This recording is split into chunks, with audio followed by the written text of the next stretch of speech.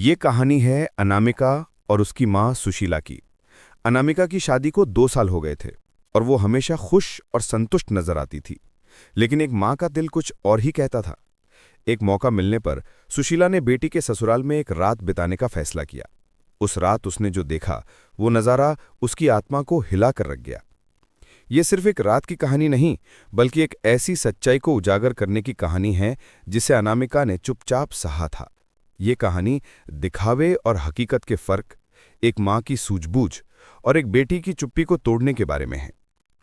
सुशीला अपने फ्लैट के बालकनी में खड़ी बारिश की बूंदों को निहार रही थी। मौसम ने एक अजीब सी उदासी फैला रखी थी जो सीधे उसके दिल में उतर रही थी। उसकी नज़र मोबाइल पर अनामिका की एक तस्वीर पर टिकी थी, जहां वो अपने पति राहुल और सास कमला देवी के साथ हंसती खेलती नजर आ रही थी। सब कुछ एकदम परफेक्ट लग रहा था, बहुत ज्यादा परफेक्ट। क्या बात है सुशीला? उसके पति मोहन ने चाय का प्याला लेकर आते हुए पूछा। आज कुछ उदास सी लग रही हो? सुशीला ने मोबाइल की ओर इशारा किया। देखो ना मोहन, ये तस्वीर, अनु इतनी खुश लग रही है ना, तो इसमें बुरा क्या है? बेटी खुश है तो हमें भी खुश होना चाहिए। हाँ, पर सुशीला ने गहरी सांस ली। शक होता है मोहन, जब भी हम फोन पर बात करते हैं उसकी हंसी थोड़ी जबरदस्ती की लगती है। बात बात पर सब ठीक है मम्मी, कुछ नहीं है, अब फिक्र मत करो, ये वही वाक्य बार बार दोहराती है पिछले 2 साल से। मोहन ने चाय का घूंट लिया। तुम ज्यादा सोचती हो, अब वो बड़ी हो गई है, अपनी जिंदगी जी रही है, हमें उस पर भरोसा करना चाहिए। पर सुशीला का भरोसा डगमगा रहा था। एक माँ की छठी इंद्रियों से कुछ और ही संकेत दे रही थी। उसकी याद में वो दिन ताज़ा हो गया जब अनामिका कॉलेज में थी, जब वो हर छोटी बड़ी बात, हर खुशी और गम उनके साथ बांटती थी। अब वो अनामिका एकदम बदल सी गई थी, जैसे उसने अपने असली चेहरे पर एक खुशमिजाज का मास्क लगा रखा हो। अगले दिन मौका मिलते ही सुशीला ने अनामिका को फोन लगाया। Hello mummy. फोन के दूसरे छोर से अनामिका की आवाज आई, हमेशा की तरह चहकती। बेटा, तुम कैसी हो? तुम्हारे पापा को तुम्हारी याद आ रही थी और मुझे भी बहुत याद आ रही हो। मैं भी तो बहुत मिस करती हूं आप लोगों को, पर आप जानती हैं यहां कितना काम रहता है, सासू जी, राहुल, घर, समय ही नहीं मिल पाता। बस यही तो बात है, सुशीला ने कोमलता से कहा। मैं सोच रही थी कि कल तुम्हारे पास आ जाऊं, एक रात रुकूंगी, बहुत दिन हो गए तुम्हारे साथ बिताए। फोन के दूसरी ओर एक पल की चुप्पी छा गई। सुशीला ने महसूस किया कि अनामिका की सांसें एक पल के लिए रुक सी गई। अरे वो मम्मी, कल तो। अनामिका का स्वभाव बदल गया। कल तो सासू जी के रिश्तेदार आ रहे हैं, थोड़ी अव्यवस्था रहेगी, क्या अगले हफ्ते? कोई बात नहीं बेटा, सुशीला ने दृढ़ता से कहा। मैं तुम्हें परेशान नहीं करूंगी, बस एक रात की तो बात है, मैं खुद का ख्याल रख लूंगी। तय है, कल आ रही हूं। अनामिका जानती थी कि जब उसकी मां किसी बात पर अड़ जाती है तो फिर उसे मनाना मुश्किल होता है। उसने हाँ में सिर हिला दिया। ठीक है मम्मी, आ जाओ, मैं तुम्हें स्टेशन से पिक करने आ जाऊंगी। जैसे ही सुशीला ने फोन रखा, उसके मन में एक अजीब सी बेचैनी थी। वो जानती थी कि वो चुप्पी, वो हिचक, कुछ तो जरूर था। अगले दिन जब सुशीला अनामिका के ससुराल वाले घर पहुंची तो सब कुछ चमकदार और आदर्श लग रहा था। फ्लोर मार्बल का था, दीवारों पर महंगे पेंटिंग्स लटके थे और हर चीज अपनी जगह पर सही से रखी हुई थी। कमला देवी ने उनका स्वागत एक चौड़ी लेकिन थोड़ी ठंडी मुस्कान के साथ किया।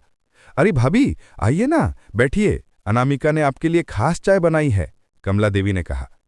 राहुल ऑफिस से थोड़ी देर के लिए आया था। नमस्ते मौसी, उसने औपचारिकता से प्रणाम किया। सब ठीक ठाक? हाँ बेटा, बिल्कुल। तुम लोग कैसे हो? जैसे आप देख रही हैं, हमारा तो घर परिवार ही हमारी दुनिया है और अनामिका तो हमारे घर की लक्ष्मी है। अनामिका ने चाय के साथ कुछ स्नैक्स परोसे। वो चुपचाप काम कर रही थी, बस कभी कभी मुस्कुरा देती। सुशीला ने गौर किया कि जब भी वो राहुल या कमला देवी की ओर देखती, उसकी मुस्कान तनावग्रस्त लगती थी। शाम को जब राहुल वापस ऑफिस चला गया और कमला देवी अपने कमरे में आराम करने चली गईं, तब सुशीला को अनामिका के साथ अकेले में बात करने का मौका मिला। बेटा, सच सच बता, तू कैसी है? सुशीला ने उसके बाल सहलाते हुए पूछा। बिल्कुल ठीक हूं मम्मी, आप क्यों पूछ रही हो? तू मेरी बेटी है, मैं तेरे चेहरे को पढ़ सकती हूं, कुछ तो है। कुछ नहीं है मम्मी, बस थोड़ा टायर्ड हूं, आप आ गई हो, अब सब ठीक हो जाएगा। लेकिन सुशीला को लग रहा था कि यहां कुछ और ही चल रहा है। ये सब दिखावा था और वो इस दिखावे के पीछे की हकीकत जानने के लिए दृढ़ संकल्प थी। रात का इंतजार था जब सब सो जाएंगे और असली सच सामने आएगा। रात के खाने का वक्त था। डाइनिंग टेबल पर खाना सजा हुआ था। सुशीला ने देखा कि अनामिका अभी भी रसोई में काम कर रही थी।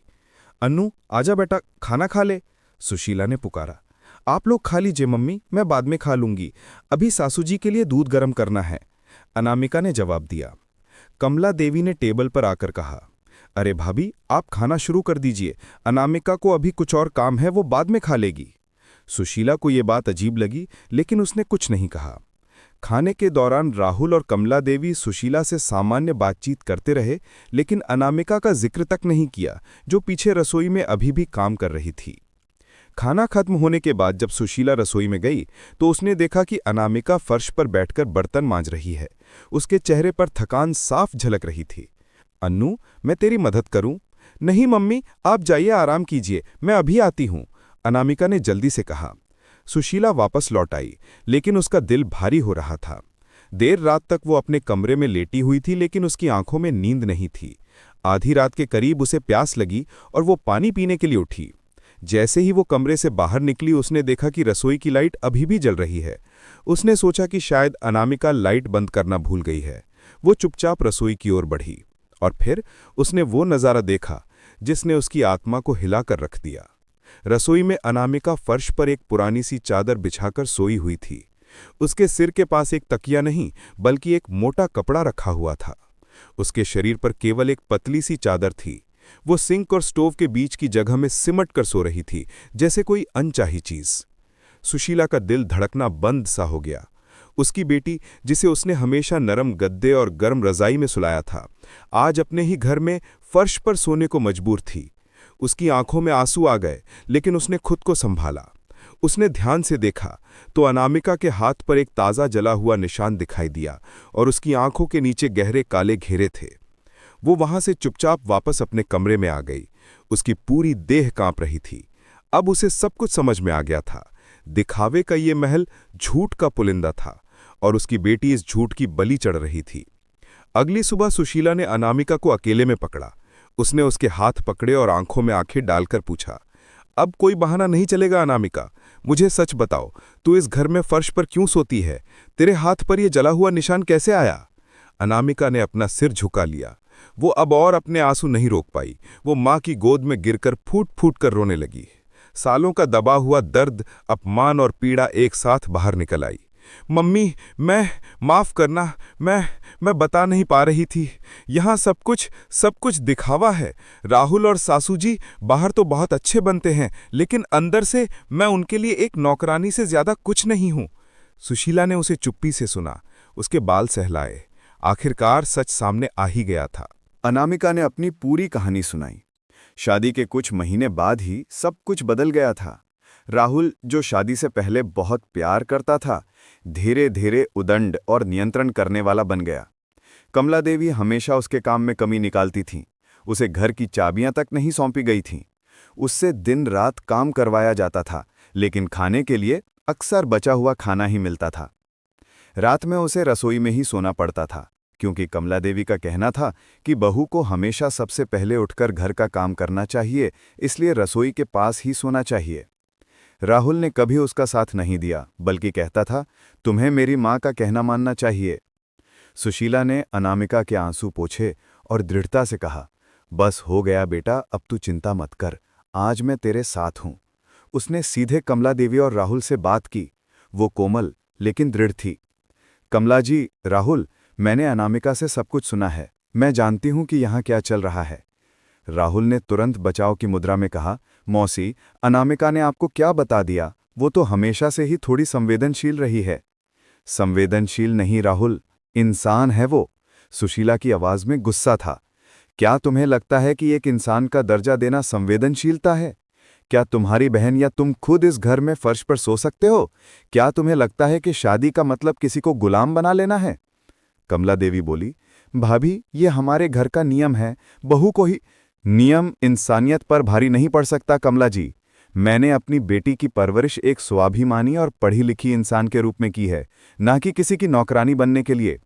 अगर तुम लोगों को एक पत्नी और बहू की जरूरत है तो उसे इंसान का दर्जा दो, वरना क्या? राहुल ने चुनौती भरे अंदाज में पूछा। वरना मैं अपनी बेटी को अपने साथ ले जाऊंगी। उसका स्वाभिमान उसकी शादी से ज्यादा कीमती है। उस दिन लंबी बातचीत हुई। सुशीला ने साफ कह दिया कि अगर अनामिका के साथ व्यवहार नहीं बदला तो वो उसे ले जाएगी और तलाक के लिए अर्जी देगी। उनकी इस हिम्मत और सच्चाई ने राहुल और कमला देवी को झंझकोर कर रख दिया। उन्हें एहसास हुआ कि अब दिखावा नहीं चलेगा। उस घटना के बाद अनामिका के जीवन में धीरे धीरे बदलाव आने लगा। राहुल और कमला देवी ने अपने व्यवहार पर पुनर्विचार किया। सुशीला की बातों ने उनके अंदर छिपी इंसानियत को जगाया। अनामिका को अब उसका अपना कमरा मिला, उसे परिवार के साथ बराबरी का दर्जा मिला। राहुल ने उससे माफ़ी मांगी और धीरे धीरे उनके रिश्ते में फिर से प्यार की किरण दिखने लगी। लेकिन सबसे बड़ा बदलाव अनामिका के अंदर आया। उसने अपना स्वाभिमान वापस पा लिया था। उसने समझा कि चुप रहना और सहना कभी कभी रिश्तों को बिगाड़ने का कारण बन सकता है। उसने अपनी पढ़ाई फिर से शुरू की और एक छोटा सा ब्लॉग लिखना शुरू किया, जहां वो औरतों को उनके अधिकारों के प्रति जागरूक करती। सुशीला की उस एक रात ने न सिर्फ अपनी बेटी की जिंदगी बचाई, बल्कि एक टूट रहे परिवार को एक नई दिशा दी। सुशीला का घर लौटना आसान नहीं था। उसने अनामिका को एक वादे के साथ छोड़ा था। अब तू अकेली नहीं है, हर कदम पर मैं तेरे साथ हूं। फोन हमेशा तेरे लिए तैयार रहेगा। लेकिन वो जानती थी कि बदलाव की प्रक्रिया आसान नहीं होगी। पुरानी आदतें और सोच एक दिन में नहीं बदलती। कुछ हफ्तों तक सब कुछ ठीक ठाक चला। राहुल अनामिका के साथ समय बिताने की कोशिश करता और कमला देवी उसे घर के फैसलों में शामिल करने लगी थीं। लेकिन ये शांति तूफान से पहले की शांति जैसी थी। एक शाम जब राहुल के ऑफिस से कुछ सहकर्मी अचानक घर आए तो सब कुछ फिर से उजागर हो गया। कमला देवी ने अनामिका से कहा, जल्दी से कुछ नाश्ता बनाकर लाओ, राहुल के सीनियर्स हैं, इंप्रेशन अच्छा होना चाहिए। अनामिका ने विनम्रता से कहा, जी मैं अभी बनाती हूं। लेकिन इस बार उसके अंदर का स्वाभिमान जाग गया था। उसने रसोई में जाकर नाश्ता तैयार किया, लेकिन जब वो ट्रे लेकर लिविंग रूम में पहुंची तो कमला देवी ने उसे इशारे से वहीं रुकने को कहा, जैसे कोई नौकरानी। वो, यहां रख दो, हम लोग परोस लेंगे, कमला देवी ने कहा। पहले की अनामिका होती तो चुपचाप मान जाती, लेकिन आज की अनामिका अलग थी। उसने मुस्कुराते हुए लेकिन दृढ़ता से कहा, नहीं सासू जी, मैं ही परोसूंगी, आखिरकार मैं इस घर की बहू हूं, है ना। ये एक साधारण सा वाक्य था, लेकिन उसमें इतना आत्मविश्वास था कि कमला देवी हैरान रह गईं। अनामिका ने आत्मविश्वास से सबके सामने नाश्ता परोसा, राहुल के सहकर्मियों से बातचीत की। राहुल पहले तो असहज हुआ, लेकिन जब उसके सहकर्मियों ने अनामिका की तारीफ की तो उसे एहसास हुआ कि एक शिक्षित और आत्मविश्वासी पत्नी उसके लिए गर्व की बात हो सकती है। लेकिन ये जीत छोटी थी। अगले ही दिन जब अनामिका ने अपने ब्लॉगिंग के लिए एक लैपटॉप मांगा तो तूफान खड़ा हो गया। लैपटॉप? तुम्हें किस चीज की कमी है? राहुल ने गुस्से में पूछा। तुम्हें खाना, पहनना, घर सब कुछ तो मिल रहा है। मुझे अपना करियर बनाना है राहुल, अनामिका ने डटकर जवाब दिया। मैं सिर्फ एक घरेलू औरत नहीं रहना चाहती, मैं कुछ करना चाहती हूं। हमारे घर की औरतों ने कभी करियर नहीं बनाया, कमला देवी चीखीं। ये सब तेरी माँ की सीख है, उसने तेरे दिमाग में भर दिया है ये सब। अनामिका का दिल तेजी से धड़क रहा था, लेकिन वो हार मानने वाली नहीं थी। उसने सीधी राहुल की आंखों में देखते हुए कहा, ये मेरी माँ की सीख नहीं, मेरा अधिकार है। अगर तुम मुझे इज्जत नहीं दे सकते तो मैं यहां नहीं रह सकती। राहुल आग बबूला हो गया। तो जा सकती हो, हमने तुम्हारे लिए क्या कम किया है? तुम्हारी शर्तों पर रहना है तो चली जाओ। उस रात अनामिका ने सुशीला को फोन किया।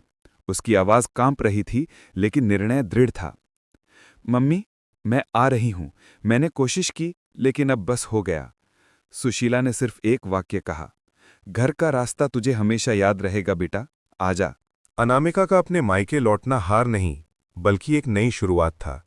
सुशीला और मोहन ने उसका पूरा साथ दिया। उसके पिता ने उसे गले लगाते हुए कहा, तू भलत नहीं की बेटी, तेरा स्वाभिमान ही तेरी सबसे बड़ी पूंजी है। अनामिका ने हार नहीं मानी। उसने अपना ब्लॉग लिखना जारी रखा और धीरे धीरे उसके विचारों और लेखन ने लोगों का ध्यान खींचा। उसने स्वाभिमानिनी नाम से एक ऑनलाइन प्लेटफॉर्म बनाया, जहां वो महिलाओं को उनके अधिकारों, आत्मनिर्भर बनने के गुर और मानसिक मजबूती के बारे में जागरूक करती। कुछ ही समय में वो एक मोटिवेशनल स्पीकर और लाइफ कोच के रूप में मशहूर हो गई। एक तरफ जहां अनामिका नई ऊंचाइयां छू रही थी, वहीं राहुल और कमला देवी का घर सूना सूना लगता। रिश्तेदार और पड़ोसी सवाल पूछते। राहुल की बहन, जिसकी शादी होनी थी, उसके रिश्ते टूटने लगे, क्योंकि लोगों को पता चल गया था कि उनके घर में बहू के साथ कैसा व्यवहार होता है। अब दिखावे का महल टूट रहा था और हकीकत सबके सामने आ रही थी। एक दिन राहुल अनामिका से मिलने आया। उसके चेहरे पर थकान और पछतावा था।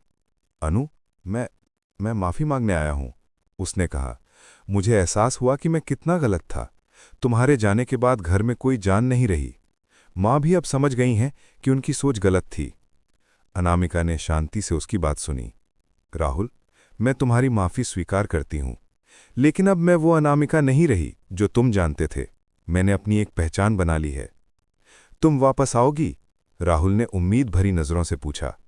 नहीं राहुल, अनामिका ने मुस्कुराते हुए कहा। कम से कम अभी तो नहीं। मुझे अपने आप को और खोजना है। अगर कभी भविष्य में हमारे रास्ते मिलते हैं तो देखेंगे, लेकिन अभी मैं अपनी इस नई जिंदगी और अपने मिशन से प्यार करती हूं। राहुल को एहसास हुआ कि उसने एक हीरे को पहचानने की गलती की थी। वो खाली हाथ लौट गया, लेकिन एक गहरी सीख लेकर।